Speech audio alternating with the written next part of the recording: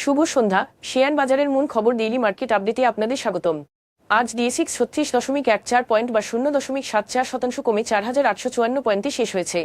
বাজারের লেনদেনের পরিমাণ ছিল 376 কোটি টাকা, যা আগের কার্যদিবসের তুলনায় 9.04% কম। ব্যাংকিং খাতে ন্যাশনাল ব্যাংক, ব্র্যাক ব্যাংক ও ইসলামী ব্যাংক, ফার্মাসিউটিক্যালস খাতে বেক্সিমকো ফার্মাসিউটিক্যালস ও স্কয়ার ফার্মাসিউটিক্যালস এবং শিল্প খাতের ওয়ালটন হাইটেক ও খান ব্রাদার্স পিপি ওবেন ব্যাগ ইন্ডাস্ট্রিজ আজ বাজারে পতনে মূল ভূমিকা রাখে। সেক্টর ভিত্তিক রিটার্নে আজ কেবলমাত্র টেলিযোগাযোগ খাত 0.66% লাভ করেছে। বিপরীতে বিমা খাতে সর্বোচ্চ 1.59% দরপতন হয়েছে।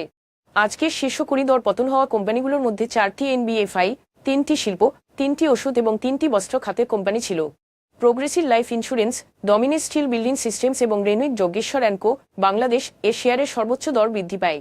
অন্যদিকে prime finance and investment, Khan brothers PP woven bag industries এবং BD Thai food and beverage এর শেয়ারের সর্বোচ্চ দর হ্রাস পায়। এসব শেয়ারের ক্ষেত্রে কোনো মূল্য সংবেদনশীল তথ্য প্রকাশিত হয়নি। গত 3 মাসের গড় লেনদেনের তুলনায় union insurance, Saiham textile mills এবং প্রাইম ব্যাংক প্রথম আইসিবিএমসিএল মিউচুয়াল ফান্ডের এর লেনদেনের পরিমাণ আজ উল্লেখযোগ্যভাবে বেড়েছে। তবে এই শেয়ারগুলোর লেনদেন বৃদ্ধির পিছনে স্বাভাবিক কোনো কারণ প্রকাশ করা হয়নি। আজকের শীর্ষ দুটি সংবাদ বাংলাদেশ ব্যাংকের সর্বশেষ ব্যালেন্স অব পেমেন্টস বব তথ্য অনুযায়ী দেশের বাণিজ্য ভারসাম্যে উল্লেখযোগ্য ঘাটতি দেখা গেছে। মাত্র এক মাসে বাণিজ্য ঘাটতি প্রায় $2 বিলিয়ন বেড়ে 2026 অর্থবছরের জুলাই অক্টোবর সময়ে $7.5 বিলিয়ন পৌঁছেছে, যা সেপ্টেম্বর পর্যন্ত ছিল $5.7 বিলিয়ন।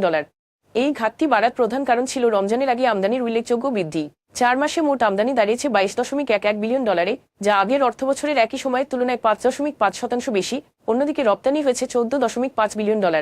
শুধু অক্টোবর মাসেই আমদানি বেড়ে প্রায় $5.3 বিলিয়ন পৌঁছায়, যা গত এক বছরের বেশ কয়েকটি মাসের, যেখানে আমদানি সাধারণত $5 বিলিয়ন নিচে ছিল, তুলনায় অনেক বেশি।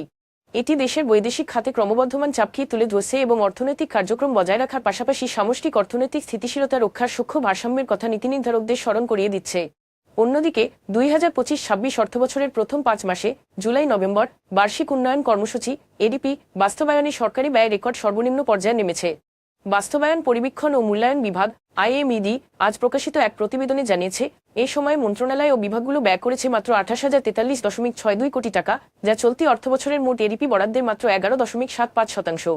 এটি গত অর্থবছরের একই সময়ের 12.29% চেয়েও কম এবং অর্থবছর 2024 ও অর্থবছর 2023 সালে যথাক্রমে 17.06% ও 18.41% ব্যয়ের তুলনায় উল্লেখযোগ্যভাবে কম।